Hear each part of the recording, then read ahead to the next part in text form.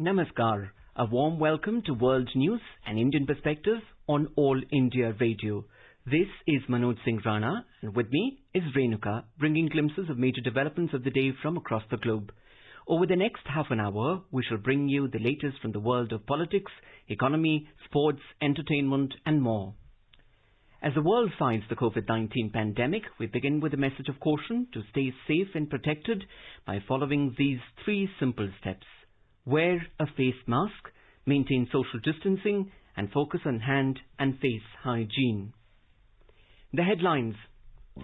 India's Army Chief says New Delhi always wants peace and tranquility at border areas, calls disengagement with China at the line of actual control a very good end result. Political uncertainty continues in Nepal. KP Sharma Oli faces no confidence vote after the Supreme Court of Nepal verdict. Ghana becomes the first African country to receive made in India COVID-19 vaccines under COVAX initiative. COVID-19 vaccination for people above 60 years of age in India to begin from 1st March. FATF to take a call on grey listing of Pakistan on global terror financing charges on Thursday. Credit rating agency ICRA says India's economic recovery has entered into a consolidation phase in January 2021. And in cricket, India bundles out England at 112 in the first innings. India 199 for 3 at stumps.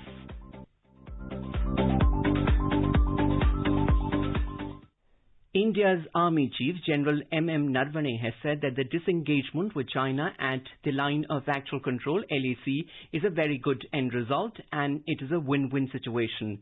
He said the outcome was good from 10 rounds of talks with China. He said right from the beginning of the standoff, the political or diplomatic quarters worked together to achieve the goal. He was delivering a lecture on the role of the army in dealing with the contemporary national security challenges. The Army Chief said there are pending issues in eastern Ladakh and other parts and strategies are in place to deal with them. He added that India always wants peace and tranquility at border areas as nobody wants an unsettled border issue. General Narawane attacked Pakistan for its continuous effort for support for terrorism, saying that India is conscious of the fact that terrorist launch pads continue to be active from the neighbouring country. He added that New Delhi is always prepared to deal with a fresh influx from the borders. In Nepal, the political uncertainty regarding the fate of Prime Minister KP Sharma Oli's government continues. The development assumes significance as the Nepal Supreme Court had overturned Oli's government's decision to dissolve the House of Representatives. Mr. Oli's press advisor, Surya Thapa, calling the Supreme Court's verdict controversial, said that it, however, should be accepted and implemented. The Prime Minister will face the House of Representatives to implement the verdict, but he has not yet tendered his resignation. As close neighbours, India and Nepal share unique ties of friendship and cooperation characterized by an open border and deep-rooted people-to-people contacts of kinship and culture. There are regular exchanges of high-level visits and interactions between India and Nepal.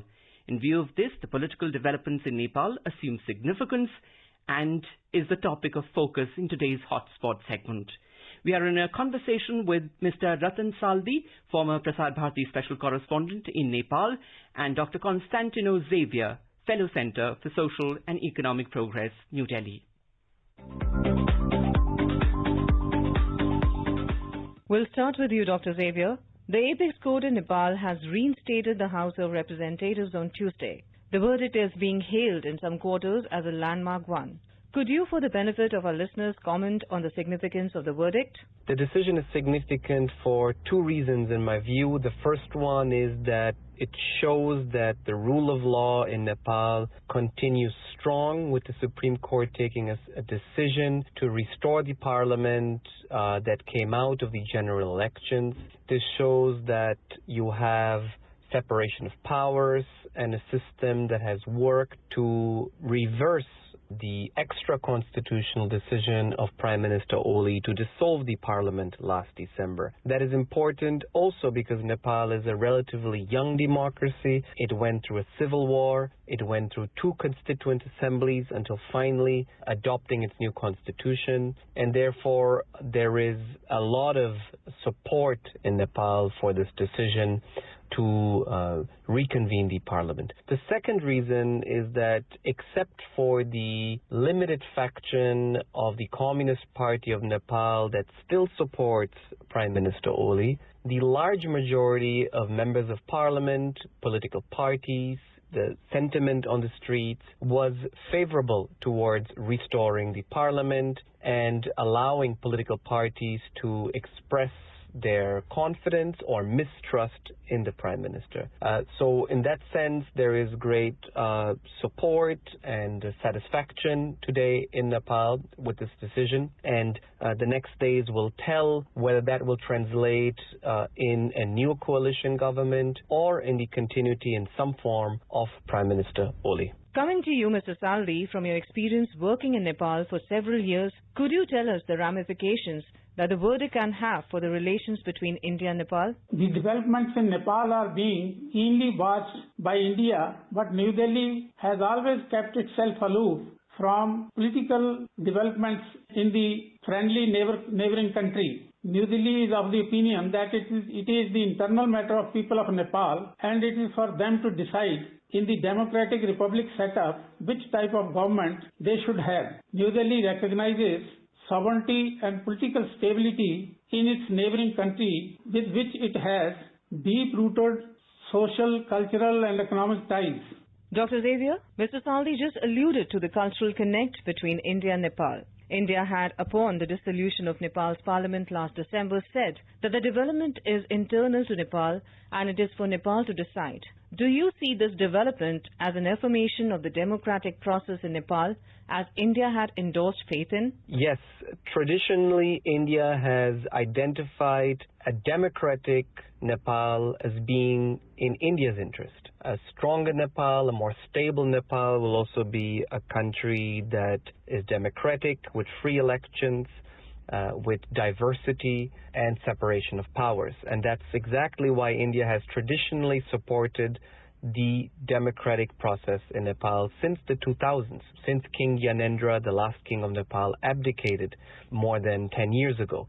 So in that sense, the Indian response has been about a concern about the dissolution of the parliament, but also support for a stronger parliament that can take a decision in the next 2 weeks about what government to form. The proper constitutional way, as the Supreme Court of Nepal decided today in a very clear manner, is to put the government to the test on the floor of the parliament, which will happen, and that's when the elected representatives of Nepal will decide about the future government of their country. Dr. Xavier, how do you see the situation developing in the next few days in terms of politics in Nepal and Indo-Nepal relations?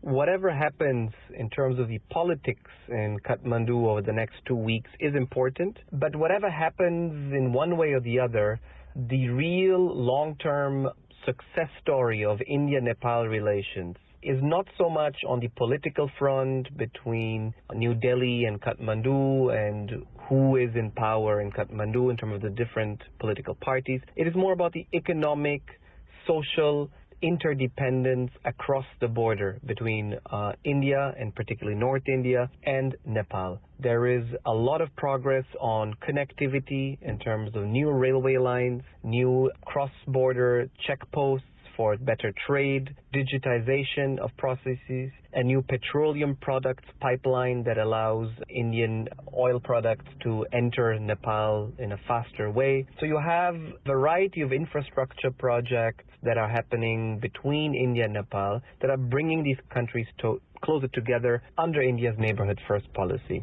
So while of course all eyes are on Nepal these days in terms of the politics, it is really the economics on the border and between both these countries that will shape the future strong relation between India and Nepal. Thank you, Mr. Ratan Saldi and Dr. Constantino Xavier for speaking to All India Radio. So listeners, you were listening to a discussion on the recent political developments in Nepal in the overall context of Indo-Nepal relations. The credit rating agency ICRA said that India's economic recovery has entered into a consolidation phase in January 2021.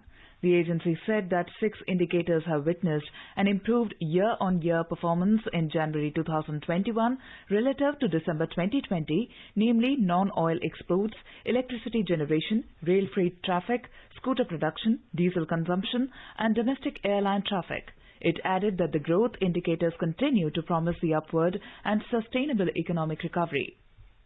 The Government of India will start administering COVID-19 vaccine to people above 60 years of age from the 1st of March. Those above 45 years of age with comorbidities will also be vaccinated in this phase. Information and Broadcasting Minister Prakash Javadekar said that the decision was taken in the Union Cabinet meeting on Wednesday. Briefing the media about the cabinet decision, the I&B minister said that the vaccine will be administered free of cost at 10,000 government hospitals to these groups, while the cost of the vaccine at 20,000 private vaccination centers will be borne by them. 16 जनवरी से vaccine टीकाकरण की शुरुआत हुई है। आज तक 1,07,67,000 लोगों को टीकाकरण हुआ है। दुनिया में सबसे तेज हुआ है और प्रैक्टिकली बहुत ही इनसिग्निफिकेंट नंबर में कंप्लेंट आई नहीं आई कहीं भी, और 14 लाख लोगों को दूसरा डोज भी दिया गया है। The Union Cabinet also approved production-linked incentive scheme for IT hardware. The scheme proposes incentive to boost domestic manufacturing and attract large investments in the value chain of IT hardware. Briefing the media, Communication and IT Minister Ravi Shankar Prasad said the target segments of the scheme include laptops, tablets, all-in-one PCs and servers. Laptop, tablets, all in one PC and servers में production link incentive की एक योजना लेकर के हम आए हैं। देश में जो टोटल खपत है 30,000 करोड़ रुपए का लैपटॉप और 3,000 करोड़ रुपए का टैबलेट्स। तो आज की जो हमारी स्कीम है इसमें हम इनको पूरा अट्रैक्ट करना चाहते हैं और अट्रैक्ट करके यहाँ मैन्युफैक्चरिंग शुरू हो, ये हमारी पूरी कोशिश होगी। तो इसलिए हम 5 जो लार्ज कंपनी है जो 50% ऑफ द वर्ल्ड मार्केट को कंट्रोल करते हैं उनको हम हिंदुस्तान में लाना चाहते हैं और इंडियन कंपनी को भी हम बनाना चाहते हैं नेशनली चैंपियन। हमारा उद्देश्य है कि हम इसमें टोटल प्रोडक्शन आने वाले 5 वर्षों में 3,26,000 करोड़ का होगा। The Cabinet also approved a PLI scheme for pharmaceuticals over a period of financial year 2020-21 to 2028-29. The scheme is expected to promote the production of high-value products in the country and increase the value addition in exports. It is expected to generate employment for both skilled and unskilled personnel, estimated at 20,000 direct and 80,000 indirect jobs as a result of growth in the sector. In the wake of surge in COVID-19 cases in some states, the Delhi government has decided to make it mandatory for those arriving from such states to carry a negative COVID test report while entering the national capital. Official sources said that people travelling to Delhi from Maharashtra, Kerala, Chhattisgarh, Madhya Pradesh and Punjab by flights, trains or buses will have to show a negative RT-PCR test. However, the mandatory negative COVID test report will not apply to those travelling by private vehicles. The order is expected to come into effect from Friday. Now let us take a look at the coronavirus updates from around the world. In Japan, regional governments have requested emergency pandemic measures be lifted ahead of the scheduled end on 7th of March as new COVID-19 cases trend lower. Japan had announced a state of emergency last month for 11 prefectures to curb an upsurge in coronavirus infections. According to the reports, Japanese Prime Minister Yoshihide Suga will meet the ministers on Wednesday to discuss lifting the state of emergency in the 6 regional prefectures, with a final decision expected on Friday. Ghana became the first country outside India to receive COVID-19 vaccine doses shipped via COVAX facility on Wednesday. The delivery is part of a first wave of arrivals that will continue in the coming days and weeks. COVAX shipped 600,000 doses of AstraZeneca Oxford vaccine from the Serum Institute of India, SII, from Pune, India to Accra, Ghana, arriving on Wednesday morning. India has started shipping COVID-19 vaccines to Africa under the COVAX facility. Ministry of External Affairs spokesperson Anurag Srivastava called it commitment to help the world with COVID-19 vaccines. Last month, the MEA announced that India plans to supply 1 crore or 10 million vaccine doses to Africa and 10 lakh to United Nations health workers under Gavi's COVAX facility. Vietnam received the first batch of 117,000 doses of AstraZeneca COVID-19 COVID-19 vaccine on Wednesday. The country intends to roll out the vaccination program from next month. Vietnam on Tuesday said health workers, diplomats and military personnel would be among the first to be vaccinated against COVID-19 according to the reports. This is Aditi Lumba for World News, All India Radio. This is All India Radio giving you the world news. For quick news updates round the clock, follow us on Twitter handle at AIR News Alerts.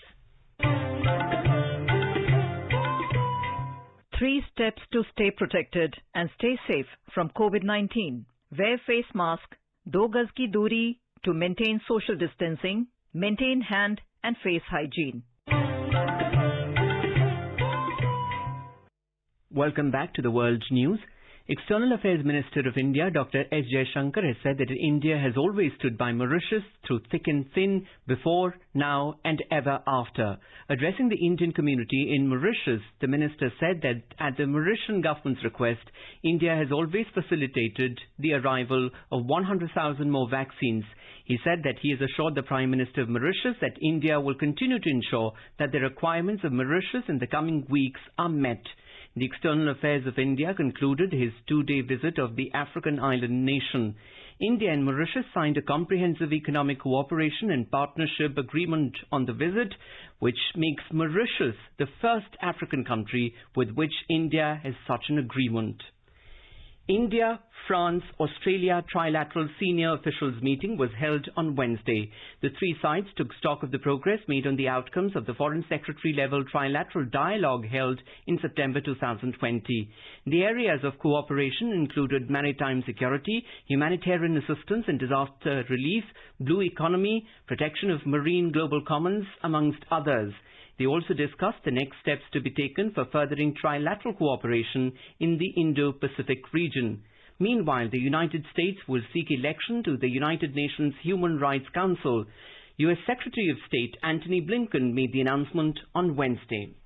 India has exercised its right of reply to strongly refute allegations against India's record of maintaining human rights in the country from Turkey and Pakistan. India raised the acquittal of Omar Said Sheikh by a Pakistani court at UN Human Rights Council on Wednesday. In September 2020, UN human rights experts condemned the enforced disappearance of Idris Khattak, a former consultant with Amnesty International and Human Rights Watch. Mr. Khattak had himself worked on reports on enforced disappearances in Pakistan's federally administered tribal areas before disappearing himself in November 2019 in a cruel twist of fate. The UN human rights experts have called upon the Pakistani authorities to end Mr. Khattak's secret detention at the earliest. Madam President, the recent acquittal of Omar Syed Sheikh, the Al-Qaeda terrorist and murderer of the American journalist Daniel Pearl, by the Pakistani Supreme Court is a clear example of the Pakistani establishment's nexus with such entities. And as the US Secretary of State said, it's an affront to terrorism victims everywhere. Refuting the Turkey representative at the UNHRC, India's representative Ms. Seema Pujani called for some introspection on the part of Turkey. As regards the remarks made by Turkey, we find them completely unacceptable. It's ironical for a country which has trampled upon its own civil society to pass unjustified comments on others' internal matters. As far as the subject of UN resolutions is concerned, we would advise Turkey to practice what it preaches by first implementing those UN resolutions that apply to it. As regards the OIC's statement, we reject the factually incorrect and unwarranted references to India. We regret that the OIC countries continue to allow Pakistan to misuse OIC platforms to indulge in anti-India propaganda. The Financial Action Task Force, FATF, the International Terror Financing Watchdog, is in day 2 of its plenary meet.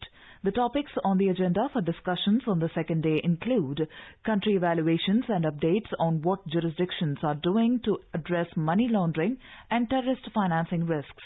FATF President Dr. Marcus Player will give a press briefing on the outcomes of the plenary on Thursday. Pakistan is hanging in the grey list of the global anti-terror watchdog.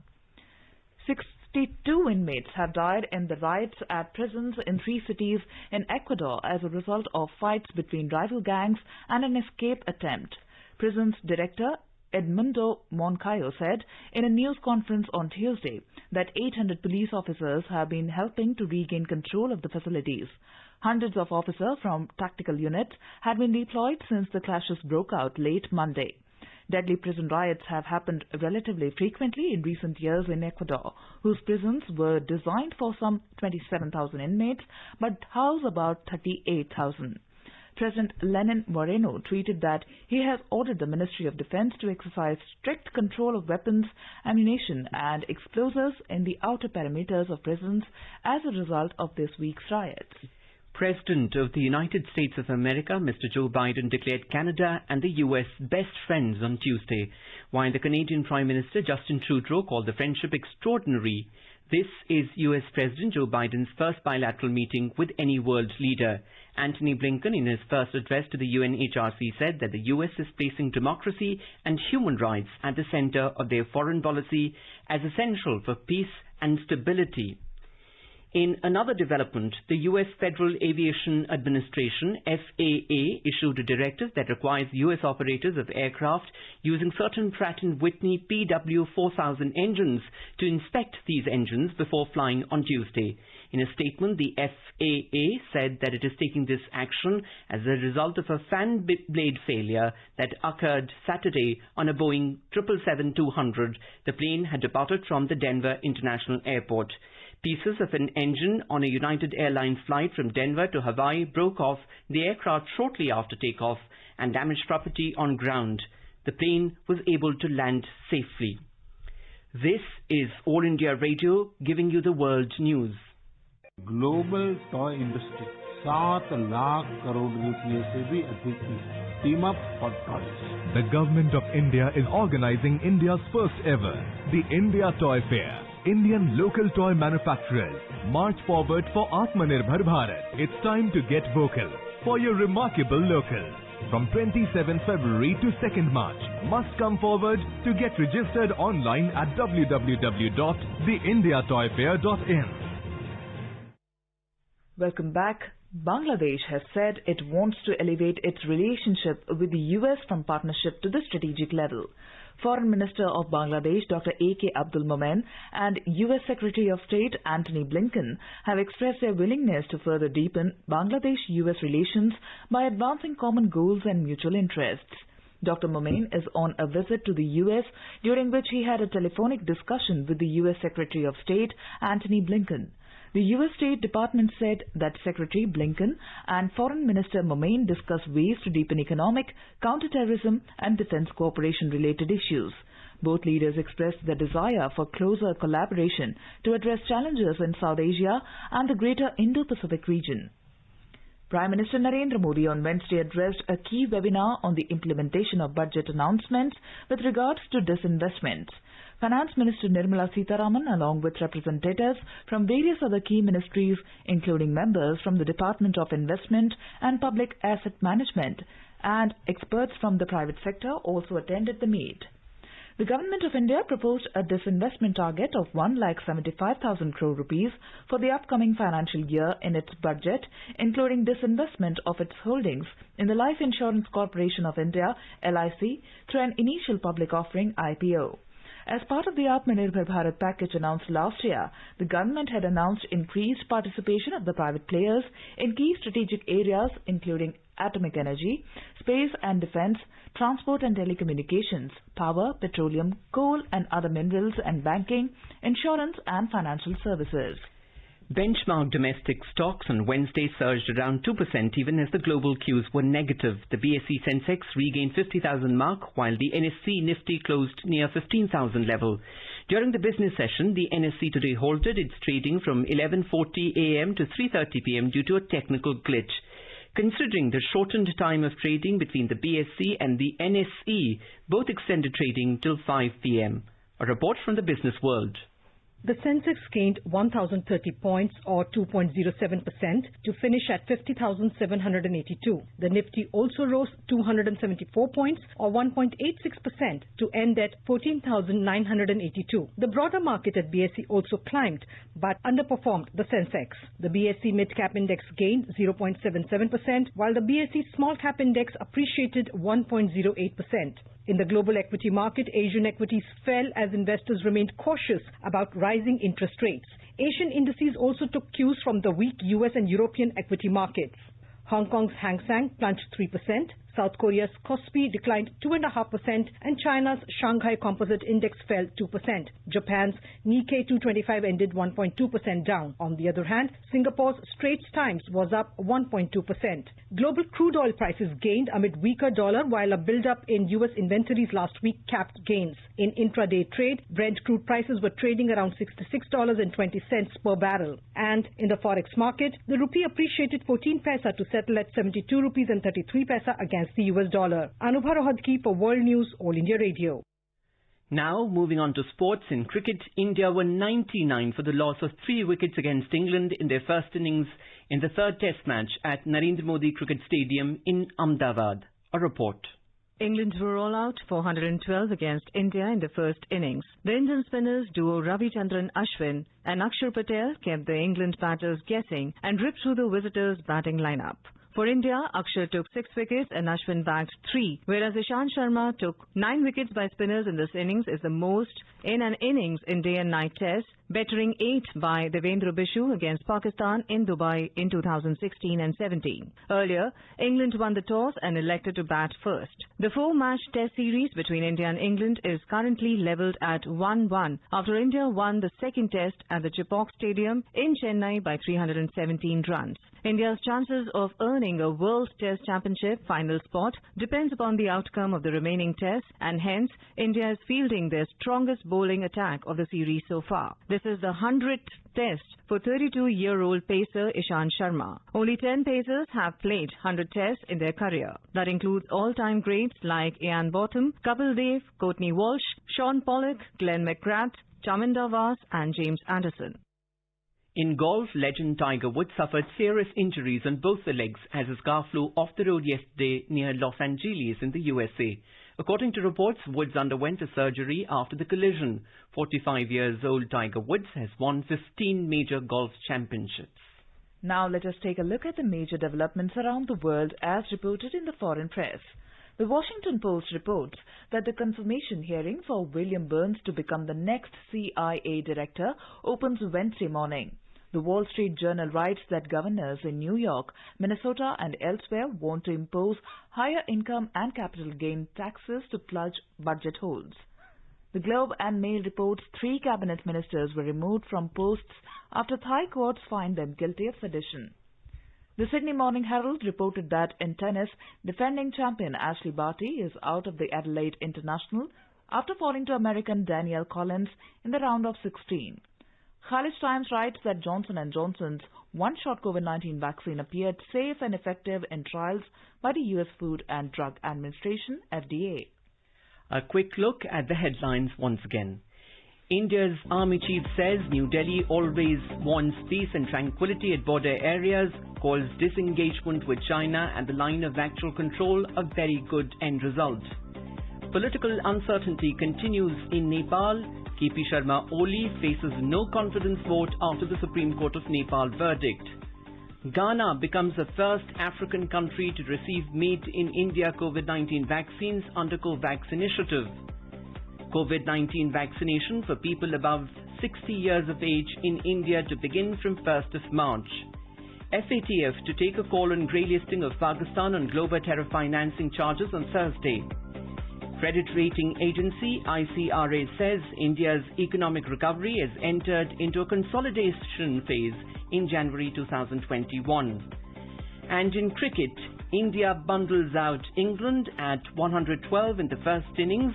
India were 99 for 3 at stumps. India is celebrating the 151st birth anniversary of Mahatma Gandhi. Before we end, let us listen to his favourite bhajan, Vaishnav Jan, by artists from Ghana.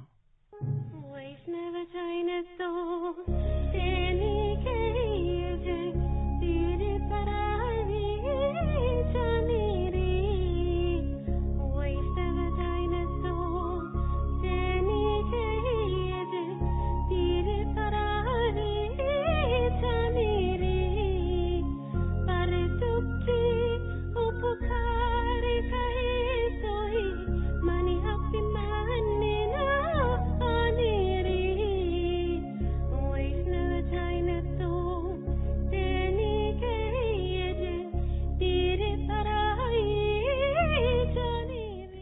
And with that, we end this bulletin. See you at same time tomorrow with the next edition of World News.